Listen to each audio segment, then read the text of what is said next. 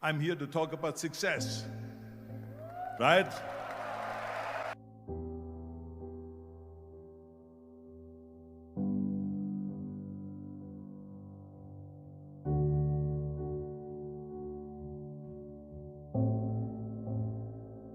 The first rule of success is to have a vision.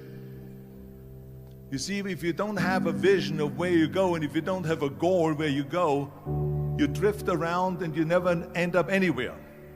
It's like you can have the best ship in the world, you can have the best airplane in the world. If the pilot or the captain doesn't know where to go, it would just drift around. It would not end up anywhere, or most likely in the wrong place.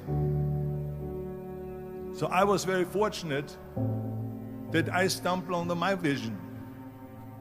I mean, as you know, I was born in 1947 in Austria after the Second World War. And I didn't really like Austria when I grew up. I couldn't wait to get out of there. I couldn't see myself becoming a farmer or a worker in a factory or anything like that. Even though my parents wanted me to stay there and have a normal life. My father wanted me to become a police officer like he was. My mother wanted me just to stay there and marry a girl with the name of Heidi, hopefully, and have a bunch of kids and run around like the Van Trapp family in The Sound of Music. But that was their vision, not mine.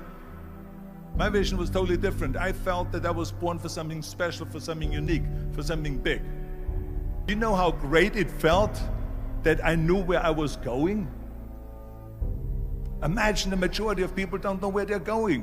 When you have a goal, when you have a vision, everything becomes easy. Because remember that in America, for instance, when you study, you will see the percentage of people that like their jobs. 74% hate their job in America. Now, there is not much different when you come to Europe.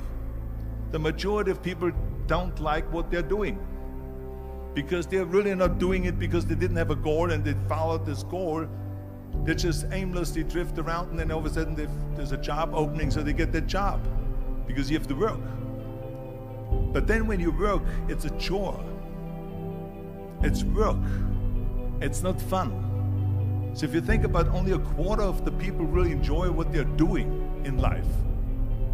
That is unbelievable if you think about it. So I felt so blessed that I knew what I was doing. It's like a medical student that studies and knows he wants to become a doctor. You know where to go. So I knew where to go. So people always ask me, when they saw me in the gym in the pumping iron days, they say, why is it that you're working out so hard?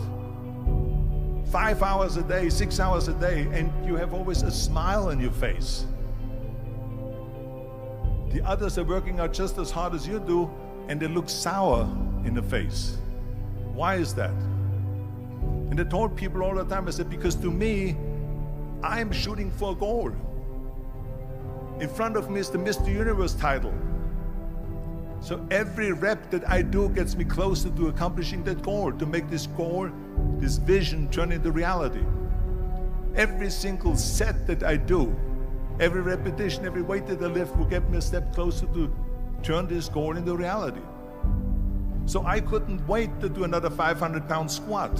I couldn't wait to do another 500-pound bench press. I couldn't wait to do another 2,000 reps of sit-ups. I couldn't wait for the next exercise, for the next half hour of posing and all the kind of things that you have to do to be a champion. And with the age of 20, I went to London and I won the Mr. Universe contest as the youngest Mr. Universe ever. And it was because I had a goal. So let me tell you something, visualizing your goal and going after it makes it fun. You got to have a purpose no matter what you do in life. You got to have a purpose. So that's rule number one, have a vision.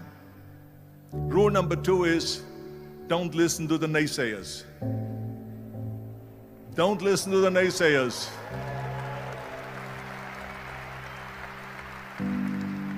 Everything I ever did, the thing that I heard out of people's mouth was, that's impossible.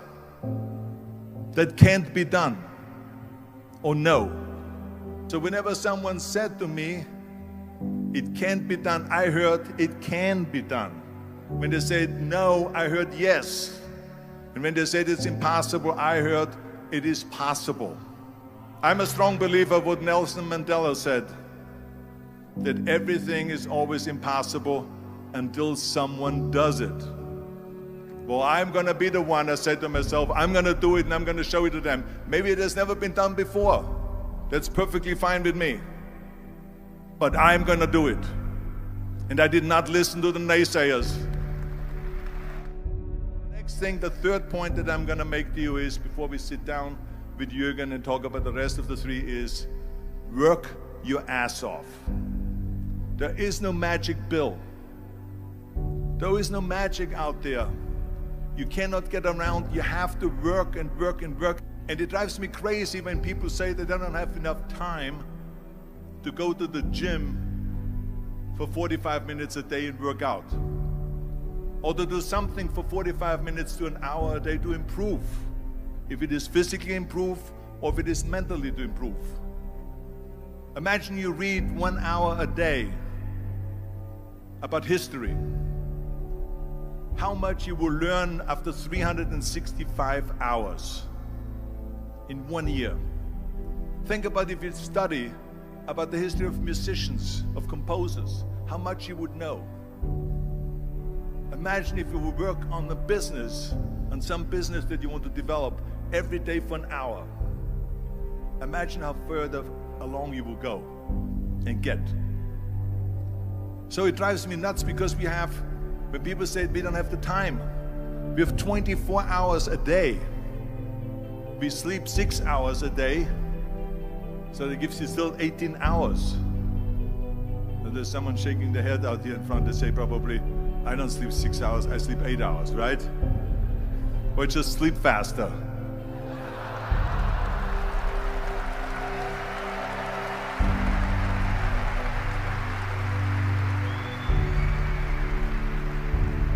So we have 18 hours a day. The average person works around 8 to 10 hours. So let's assume it's 10 hours, so we have 8 hours left. Then you travel around an hour a day, maybe 2 hours a day. So now you have still 6 hours left. So what do you do with these 6 hours? What do you do with these 6 hours? Then we eat a little bit, then we schmooze a little bit, talk a little bit to people and all that stuff. But you can see how much time there is available if you organize your day. So you got to work hard. I mean, let me tell you something. When I went to America, I went to college. I went and worked out 5 hours a day. And I was working on construction. Because in those days in bodybuilding, there was no money. I didn't have the money for food supplements or anything. So I had to go to work. So I worked on construction. I went to college. I worked out in the gym, and at night from 8 o'clock at night to 12 midnight, I went to acting class 4 times a week. So I did all of that. There was not one single minute that I wasted. I became very friendly with Muhammad Ali in the 70s. And Muhammad Ali worked his butt off. And I saw it firsthand. And I remember that there was a sports writer that was there in the gym when he was working out and he was doing sit-ups. And they asked him, how many sit-ups do you do? And he said, I don't start counting until it hurts. Now think about that. He doesn't start counting his sit-ups until he feels pain. That's when he starts counting. That is working hard. And so you can't get around the hard work. It doesn't matter who it is. As a matter of fact, I believe what Ted Turner said, work like hell and advertise.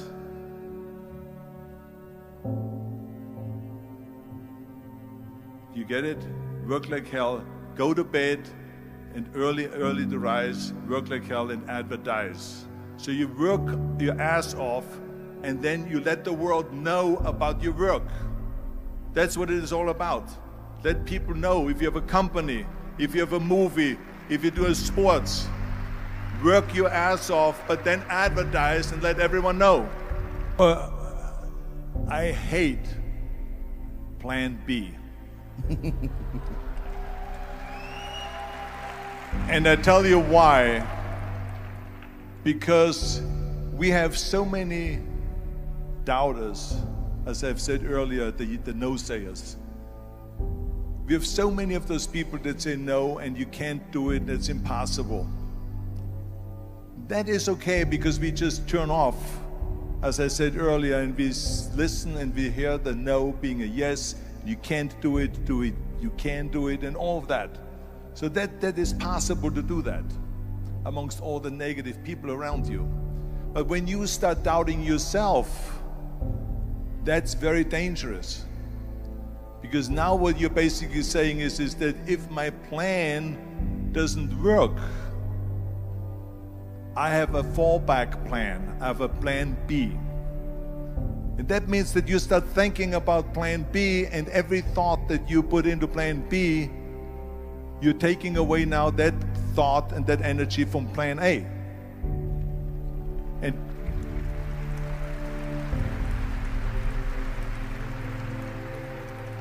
And it's very important to understand that we function better if there is no safety net, because plan B becomes a safety net. It says that if I fail, then I fall and I get picked up and I have something else there that will protect me. And that's not good, because people perform better when there's no safety net. People perform better in sports and everything else if you don't have a plan B. To me, it is very dangerous to have a plan B, because you're cutting yourself off from the chance of really succeeding. And the reason, one of the main reasons why people want to have a plan B is because they are worried about failing. What is if I fail, then I don't have anything else? Well, let me tell you something, don't be afraid of failing, because there's nothing wrong with failing. You have to fail in order to climb that ladder. There's no one that doesn't fail. We all fail. It's okay.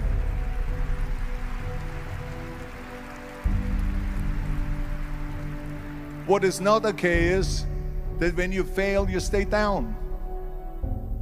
Whoever stays down is a loser. And winners will fail and get up, fail and get up, fail and get up. You always get up. That is a winner. That is a winner. Hey, we all lose. We all have losses. This is okay. And this is why I say don't be worried about losing, because when you're afraid of losing, then you get frozen. You get stiff. You're not relaxed. You got to be, in order to perform well in anything, if it's in boxing or if it is on your job or with your thinking, is only happening when you relax. So relax. It's okay to fail. Let's just go all out and give it everything that you got. That's what it is all about. So don't be afraid to fail. This is one of my 6 rules to success. You can only feel complete as a person if you think about what can you do for your fellow member around you that maybe needs help. I felt like that. Everyone has a different motivation why you get into that. I was an immigrant going to America, and I saw how America was the most generous country in the world. I mean, they opened up their arms to me, they helped me, they invited me for Thanksgiving dinner. The people, they brought me, the bodybuilders in the gym brought me plates to my apartment because I had no plates, I had no silverware, I had no bedware, I had no pillows, I had no blanket, I had no TV, I had no radio, I had nothing. They brought it to my apartment. They helped me. And I saw that firsthand, this generosity in America. And I said to myself, as an immigrant that is being embraced with open arms, that I need to go and make sure that I give something back.